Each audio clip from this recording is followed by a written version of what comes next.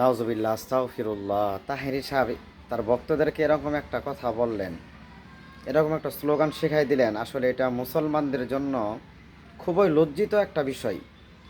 আগে দেখতাম, শুনতাম যে কাফেররা মুসলমানদের বিরোধিতা করতো, কিন্তু বর্তমান সময়ে মুসলমানে গোতাগুতি করতেছে। এরকম হয়ে গেছে বিষয়টা যে মুসলমানে গোতাগুতি করতেছে।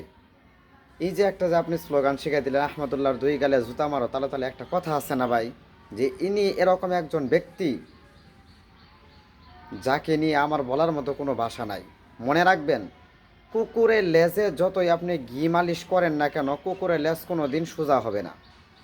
বন্ড তো বন্ডই, সে কোনো দিন সঠিক পথে আসবে না। এক এক সময় এক এক ধরনের কথা বলে সোশ্যাল মিডিয়ার ঝড় তুফান তোলে। তিনি তো ভাইরাল হয়েছিলেন নাচানাচি করে এবং কি বসেন বসেন জিকির করে, নতুবা কিন্তু উনাকে 5 বছর 10 বছর আগে কেউ চিনত না। আসলে ভাইরাল হতে গেলে কিছু প্রতিভা লাগে, যেরকম উনার একটা প্রতিভা আছে যে বসেন বসেন জিকির কইরা ভাইরাল হয়েছেন এবং বিভিন্ন ধরনের নাচানাচি করে ভাইরাল হয়েছেন স্টেজের মধ্যে। আজ বর্তমান সমাজের মধ্যে দেখতেছি যে আলেম সমাজরাই সবচাইতে সৎ কাজ এবং নিকৃষ্ট কাজ করতেছে। বাকি আমজনতা যারা আছে তারা চুপচাপ এদের মধ্যে খেলাধুলা চলতেছে, তারা দেখতেছে, তারা রেফারির দায়িত্ব পালন করতেছে। তারা কি সিদ্ধান্ত নিব, তারা কোন আলেমের পক্ষে চলব, এই নিয়ে তাদের মাথার মধ্যে সব কিছু পেঁচমুচুর বাজে পড়ছে। তারা এখন চিন্তার মধ্যে পড়ে গেছে, যাদের মাধ্যমে আমরা সঠিক পথ খুঁজে পাবো তারাই দেখি এখন সঠিক পথের মধ্যে নাই। তাহলে তারা কিভাবে সঠিক পথের মধ্যে চলবে? যে শায়েক আহমদুল্লাহকে নিয়ে আপনি একটা কথা বললেন, আমার প্রশ্ন হচ্ছে, শায়েক আহমদুল্লাহ যদি এই সমস্ত ভুলভ্রান্তি করেই থাকে, তাহলে আপনি তার সঙ্গে একান্ত একান্ত একসাথে বসে আপনারা বিষয়টা নিয়ে কথা বলতে পারেন। কিন্তু এইভাবে পাবলিকের সামনে একজন আলেমকে অপমান করা, এটা কোন ধরনের নিয়ম?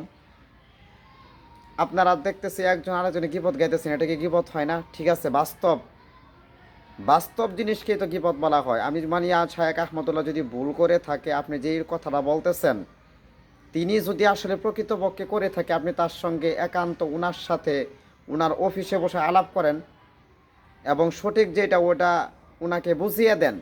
কিন্তু আপনি সেটা না করে ওয়াজ মাহফিলের স্টেজের মধ্যে আপনি এই সমস্ত বিষয় নিয়ে আলোচনা করতেছেন। আপনার কি আলোচনার বিষয় এটা?